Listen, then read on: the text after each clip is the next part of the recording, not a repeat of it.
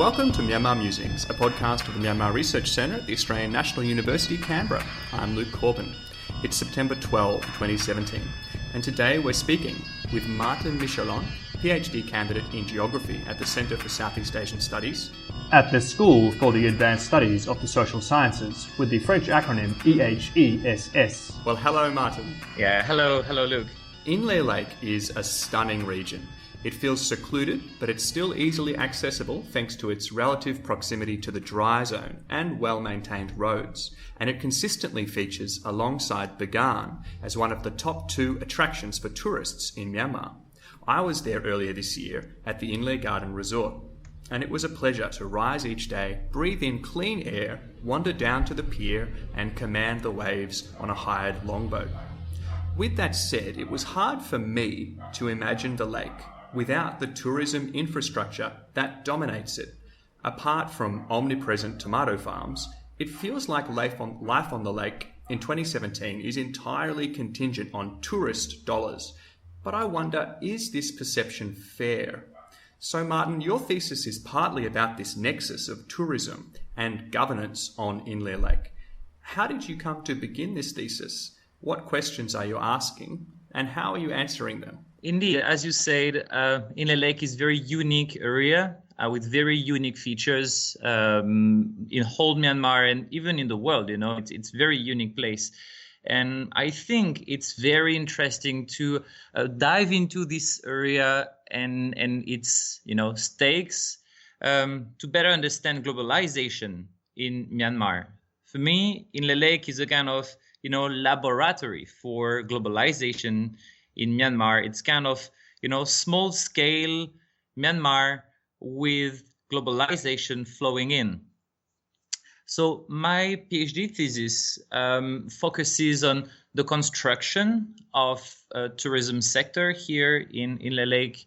I want to understand, how tourism has become more and more significant in this region in the last 20 years, and how it has become the structure of the local economy and the local population, the local employment, and the local representations. Fantastic. That sounds like a very worthy pursuit. And have you done your fieldwork already? Has it concluded? How far along are you in the process? Well, I have just finished my fieldwork stage of my PhD thesis. I spent 2 years in Inle Lake region itself and then half a year in Yangon. And so I was lucky enough to be there, in the long run. I could witness so many transformations, so many dynamics at work.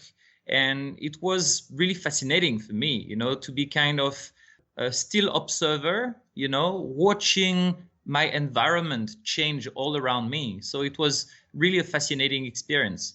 So now I finished my fieldwork and I'm supposed to type my thesis, and hopefully I will finish it within a year maybe.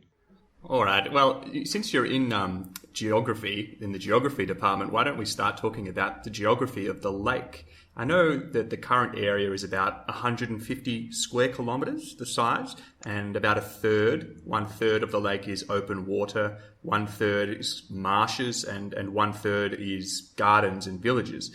Could you discuss a bit more about the physical features and the human geography of the place? Yeah, indeed. From a geographical point of view, Inle Lake is really interesting to study because, as I said, it's a unique feature. But it also has a lot of challenges, to study. About the area of the lake, it's quite hard, to have a definite and accurate figure about the area of the lake. Because there are a lot of swamps and marshes all around the lake. So it makes it much harder, to draw the outline of the lake. So for my work, I try to have a kind of diachronic vision of the lake environment. So I used some aerial pictures that were taken in the 80s, and I made the comparison with the 2015. And so on the 1980s aerial pictures, we can see that the whole lake system, so the open water plus all the floating garden plus all the swamps all around, the total area was approximately 145 square kilometers. And nowadays it's only 125. So we have lost something like 20 square kilometers in the last 30 years, which is a high amount of area that we lost. So the lake area is shrinking, but the lake depth is also decreasing. In the early 20s, so let's say 1 century ago, it was 7 meter deep during rainy season. So at the deepest part, at the very most rainy moment of the year, it used to be 7 meter deep. But when I was on the lake, I took a bamboo pole and a boat, and I just sailed on the lake for the whole day, measuring depth in more than 50 places, more than 50 spots. And Wow. yeah, it was quite systematic. So I had my dots, my points on my GPS, and I went from one point to another. And I could measure that the very deepest depth I had was 2.8 meters in rainy season. Really? Yeah. So basically, in 1 century, we have lost half of the depth of the lake. So it's very severe evolution. And in dry season, when I measured the depth of the lake in those 50 spots, the deepest point I could reach was 1.8 meter deep only, which means that if you're very tall, you can cross the lake, by foot, without swimming, basically. So as we can see, the lake area is shrinking, the lake depth is decreasing, so the whole water volume in the lake is decreasing very severely. So that's quite concerning. Yeah, that's really very concerning. And I know that talking about unique features, there's endemic, fish species that only live in that lake, right? I wonder if they are being affected by this.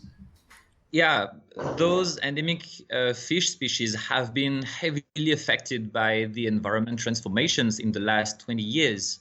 There used to be a lot of fish, big fish and endemic species, but in the last, let's say, 10 or 15 years, another species of fish was introduced. It's called tilapia. And tilapia is very common fish which comes from Africa and which was introduced in quite many other countries and water bodies. And so this tilapia is an invasive species. So one root cause of the fishing sector problem is first the invasion of invasive species such as tilapia.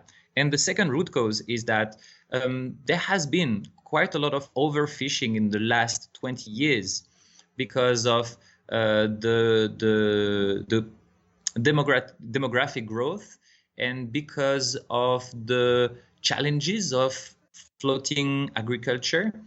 Quite many people have shifted to fishing to survive. And so nowadays the stock of fish is plummeting, and basically there's no more endemic species in Inle Lake. If you have interviews with fishermen in Inle Lake, they will show you the fishes that they catch every day, and 90 or 95% of it is just tilapia. So the endemic species have either disappeared or they have shifted, they have moved to the other lakes downstream, so Zaga Lake and Mobier Lake, which are further downstream. I see. Well, and okay, so how, thinking about human geography, how many people do you estimate live on the lake, and who are they, and what do they do? Inle Lake is very special from a human point of view. It's at the crossroad of quite many ethnic groups. So the most emblematic ethnic group in the area is the Inta ethnic group, and then you have other ethnic groups in the hills. So you have the Pao, you have the Tangyo, you have the Danu ethnic groups, plus quite a few, Burmans and Indians and other ethnic groups. So the Inta have very, very specific way of life. They live in stilt villages on the lake. They grow vegetable on their floating gardens, which are totally unique. They also earn a living through fishing and also handicraft, because they are very skilled workers for handicraft, making silversmith, textile, boats, cigars, and things like that. However, their way of life has changed a lot in the last 20 years. So floating gardens have expanded a lot. And now I think that we have reached the very limit of the expansion of floating garden. It's very commonly said in the media and even in NGO sector that floating gardens are still increasing now, still expanding, which is not true. Actually, if you look at the trend in the last 5 or 10 years, the floating garden area is even kind of shrinking now, because it's now illegal to expand floating gardens towards the inside of the lake, towards the center of the lake. And at the same time, in the swampy areas, in the margins of the lake, you have more and more floating gardens which go stranded because of the siltation of the lake. So in many places, they used to grow floating gardens 10 years ago. But now the floating gardens cannot float anymore, and it's firm land over there. So instead of growing floating gardens, they just grow corn, sunflower, sesame, and and dryland crops. No, so the floating gardens have quite a lot of challenges. The fishing sector, as I said, is facing a lot of hurdles. Basically, it's hardly possible anymore to earn your living through fishing only. It's almost impossible now. But at the same time, handicraft is booming for tourism, and another activity has become very prominent in the area, which is tourism. Tourism is now the main activity. It provides a direct or indirect living for thousands of people over there. I see. Maybe before we talk about tourism, which is obviously very important to your research and to the lake, could we quickly just discuss a bit more about these floating gardens? Shan tomatoes and Inle grown tomatoes are really famous countrywide for their juiciness in Myanmar. However, these fruits are not really being grown sustainably, and in fact they cannot attain organic status. It's impossible. This is because even if the farmers don't use pesticides, there are so many residues already present in the water that they are in a sense affected by it. So what are the effects of this pesticide use and these gardens? Yeah, indeed. I mean, when we talk about Inle Lake environment, quite a few people and activists kind of point out tourism for being responsible of pollution. However, in my opinion, the main reason for pollution of the water is not tourism, it's agriculture, floating agriculture, and even the agriculture on the dry land. It's also very intensive agriculture. The reputation of Myanmar is to be a country which is kind of time-locked, and it looks like 1 century ago, very authentic and very traditional, which is partly true. But on the other hand, agriculture on Inle Lake is very intensive and quite modern. On the dry land, sugarcane agriculture and corn agriculture is very intensive, more and more mechanized, and massively exported to China. So it's not just a small scale and very, very local agriculture. It's globalized agriculture. And it's the same on the lake itself. The lake itself, tomato farming is really intensive. They use plenty of fertilizer, plenty of pesticides, and they can reach some very high yields, basically. I think that the tomato yields on the lake are significantly higher than the average yield in whole Southeast Asia for tomato. But this has a cost, environmental cost, because until 10 years ago, Inle Lake had a kind of national monopoly on tomato all over Myanmar. But in the last 10 years, you have more and more areas in Myanmar which shifted to tomato. So in central Myanmar, around Yangon, you have more and more regions producing tomatoes as well. So it has triggered a severe competition for tomato farmers. So if they want to survive, they have to produce more because prices are dropping, no? So they have to increase the quantity of tomatoes that they harvest every year. So it's a kind of, rush ahead towards more and more production. So that's why they have used plenty of fertilizers and pesticides, which are polluting the lake. And this is one more cause of the fish population problems at the moment. Water is now too polluted for the endemic species in the lake. So that's a problem. That's a problem. Many people are now advocating for organic agriculture. For the moment, as you said, it's not possible because even if some gardens are trying to be organic, all the neighboring gardens are going to pollute the lake with their chemical products.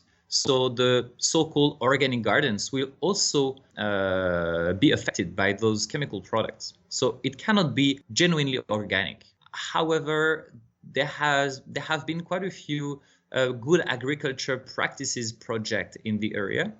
So the good agriculture practices, GAP, are kind of intermediate solution between chemical agriculture and organic agriculture. And in my opinion, it can be a great solution, a great opportunity to kind of move ahead and try to head towards a more sustainable agriculture. So now in Inle Lake, if you ride a boat, if you sail on Inle Lake, you will notice more and more signboards about GAP in this field or in this other field. So this dynamic is now gaining some traction, which is a good news. But genuinely sustainable agriculture practices are still a long way ahead. I think that I've read in one of your publications that you said most NGO initiatives that come in and try to encourage better agricultural practices come to a standstill. Yeah, quite paradoxically, Inle Lake has a lot of issues to deal with, but at the same time, it's one of the regions in Myanmar which has been surveyed most, but still very little has been done, mainly because of the lack of funding, of course, because all those reports come with recommendations and a budget to implement those recommendations.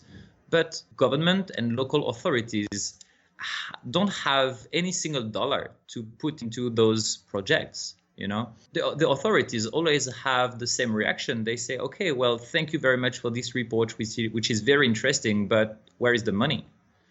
So they rely on outside funding from other NGOs or the UN or international corporations, something like that. So that's the first difficulty. And the second problem is that even when you have funding, still things are very, very slow. For example, in 2014, let's say German GIZ came with a very interesting report about sustainable tourism, which may be better connected to the environment and benefit to the environment and things like that. So it was in 2014, but since then, very, very little has been done, mainly because it's a kind of administrative chaos over there. It's really hard to find proper interlocutor who have strong will to implement the project, and everyone wants to be in the project. Everyone wants to be among the executive board, or everyone wants to be chairman. Everyone wants to get benefit from this project. So it's very hard to have actual results. You seem kind of optimistic about the Norway-funded Save Inle Lake project. Is that a fair characterization? Well, actually, in my article last February, I wrote about this funding, but actually, when I talked with one big NGO leader on Inle Lake, he had never heard about it. He had never heard about this project and this funding. And this guy is Norwegian as well, and he's very well connected with Norwegian government, but he had never heard about it. That's the very common problem over there. You hear of some massive project, massive funding, but then it rarely produces significant results. Well, maybe it's worth moving in that case to thinking about power. You're talking about everybody, the administrative chaos. I wonder, thinking about this human geography that we've touched on and the different resources that are being used in the lake, who is nominally in control of the lake? Who is forbidding people from expanding their gardens towards the centre? How do the locals claim ownership to the lake and to the common resources? I think there were some ongoing land confiscation controversies as well going on. Basically, there's no democratic institution taking care of it. There's no one taking care of it. The only institution involved about environment and water protection and so on, it's just the environment department, the wildlife department, which just has a few sleepy civil servants in office, and they are underfunded. They don't even have money to buy petrol and put it into motorbikes or boats to patrol the lake or patrol around the lake. So they have very, very little influence on this local environment. For quite a few years now, there has been a Inle Lake management committee, management organization. There have always been some so-called institutions and groups in charge of the lake. Even under the military junta, it was already the case. But those institutions were just empty shells and empty structures with no one in there. In 2014, the Thein Sein government kind of gave the green light to a Inle Lake authority, which would be in charge of managing the area and putting everybody together. So NGO people, tourism people, environment people, government, of course. But since 2014, so 3 years after, there's almost nothing done. They opened, the Inle Lake Authority opened their office in Yangshui in Inle Lake just a few months ago. Before that, it was just in the limbo. So now they have an office, which is a good start. But I know a few people who are close to this issue, and they told me that it's really hard to decide who is going to be part of this Inle Lake Authority, because everyone wants to be part of it, especially the big guys in Taunji. The chief minister in Shan State wants to be part of it. He wants to be chairman. So everyone is rushing to this Inle Lake Authority to gain, a status, to gain an attractive position. But for the time being, this Inle Lake Authority has no authority, actually. You told about some land grabbing issues in Inle Lake, and indeed, that's another problem. That shows very well that the legacy of the junta era is still alive and well. In 2012, under Thein Sein government, the Shan State government seized more than 600 acres of land in the southeast part of the lake to build a so-called hotel zone, because at that time they were sure that tourism would be booming, endlessly. But it's typically the junta-style mega project which is doomed to fail. In this hotel zone, they created plots of land for 90 hotels, which is far too much, And this hotel zone would be far from everything. It would be kind of tourist ghetto, in the middle of nowhere. So it comes to no surprise that this hotel zone project has been a failure. As far as I know, now there's, let's say, 1.5 hotels which was finished in this hotter zone.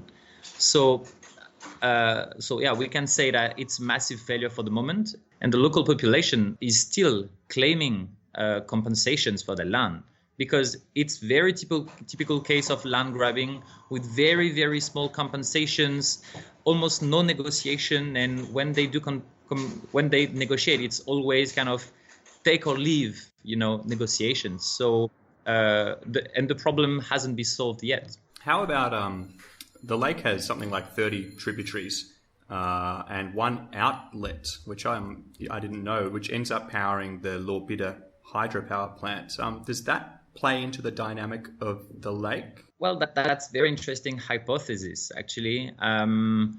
Indeed, when I write about environment in Inle Lake, I could notice that not only the bottom of the lake is kind of silting up, but also the water surface is also getting lower and lower, which is kind of, scissor effect, silting up from the bottom and dropping from the top.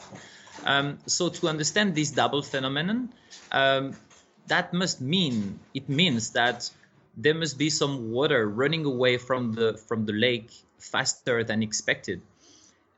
My hypothesis is that Lopita power plant is now opening the water gates, more and more often in a more and more massive way to keep producing more and more power. It's an issue for the lake itself, for the whole lake system, from Inle Lake to Zaga Lake to Mobia Lake. However, it's absolutely impossible to know more and to have the confirmation of this trend, because, as you may guess, hydropower data and statistics are totally off limit for any researcher whatsoever. So I cannot have any confirmation of this hypothesis. So how about the people actually living on the lake who we've touched on, and what about their perceptions and their relationships with these kinds of power streams? Do the Intha think about the hydropower plant ever? How do people get along? Is there a divide between those who live in the town and those who live on the lake? Well, actually, yeah, people are kind of aware that there is a power plant somewhere, but they have very little knowledge about how it works and what's the impact on the local environment. So the few feedbacks that I could get is that people are just afraid that one day, the authorities may open the gates for once and for all and then empty the three lakes, Inle, Zaga, and Mobie, which is kind of, it cannot be like that, no? It's kind of simplistic concern. However, in their very daily life, they realize that there's something really wrong with Inle Lake. The water quality is getting much, much worse. 20 or 30 years ago, people used to drink the water directly from the lake. But now, for the last 15 years, it has been totally impossible. Water is really murky, really muddy, full of pesticides, and people are really aware of it. INTA totally acknowledged that change. And they also have noticed that the water level is decreasing. They have noticed that the lake is silting up. They are very aware about that. And for me, that's one of the blind spots of research at the moment, because plenty of reports have been written about Inle Lake, but they all based on, remote sensing, on, hard science, hard science data. But very few of them really take time to have interviews with local fishermen, local farmers, and know what's going on. And it's what I've been trying to do in my work. I investigated in quite a few villages and asked villagers what they have noticed in the last years. And what they say is quite different from what we can read in reports. So that's very welcome, addition to research. And we're going to stop there for part 1 of this 2-part episode. Make sure you listen to part 2, where we talk more specifically with Martin about globalisation and tourism at Inle Lake.